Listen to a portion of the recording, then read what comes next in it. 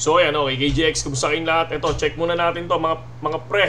So okay, 61,200 ngayon si BTC. Pero kung mapapansin nyo ha, mga lods ha, tingnan nyo to, mga idol. Bakit marami tayong guhit, di ba? Tulad yan ang sinabi ko sa inyo, ang target lang natin is 20, 25, 30% profit.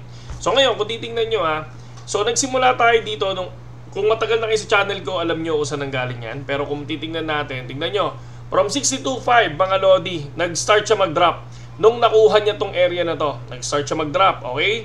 Ngayon, nung bumaba hanggang dulo, mga lods, umangat, no, sa 62,300. So, pag angat ng 62,300, rejected siya, or 62,200, rejected siya, biglang bumagsak, mga lods, okay? So, meaning tama yan, mga support and resistance natin. So far, gusto niyang i-break si 62,200 to 62,300. So, once na ma-break niya yan, at na pumasok dito yung candle, dito sa area na to, possible lumipad dyan. No? Kung makikita natin, ang tanong sa akin, KGX, bullish ka ba sa BTC? Yes, bullish ako sa BTC. Pero sinusunod ko sarili kong charting. Kaya kung titingnan nyo bakit ako hindi ako masyado nagtitrade. Kumbaga parang hindi ako daily nagtitrade, di ba? Kumbaga ang ginagawa ko lang, pag ako nagtitrade, ang lagi kong tinitingnan yung mismong charting ko. So far, ito, dapat gusto kong pumasok dyan, mga lods. Kaya lang, tulad ng sinabi ko sa inyo kagabi, no, nawalan ako ng internet dito sa bahay at nakapag-upload na ako noong late na talaga, no. So far, sayang na sayang yan, mga idol, no.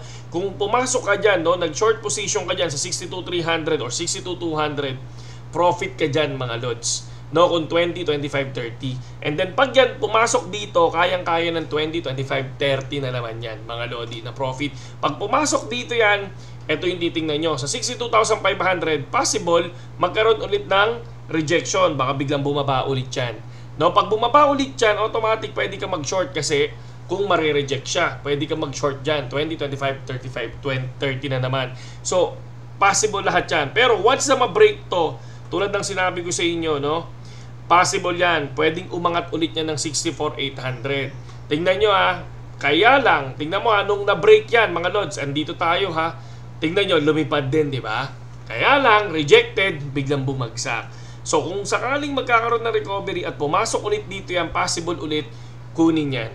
Kung ma-reject ulit, possible bumaba na naman yan, mga lodi. Okay? Yun lang naman yan. Ganoon lang naman tayo mag-trade, mga idol. Okay? Sa mga gustong pumasok sa BitGet, mga lodi, ayan, tandaan nyo yung mga numero na yan. Diyan ako pumapasok, mga idol. Okay? Dito, papasok ako. Tingnan ko lang. If ever rejected, mag-short position ako. Okay? Yun ha. If ever rejected, mag-short position ako, mga lodi. Okay? So ngayon, kung mapapansin nyo, ayan. So 56.2 or 15% ang lamang ni Trump, no?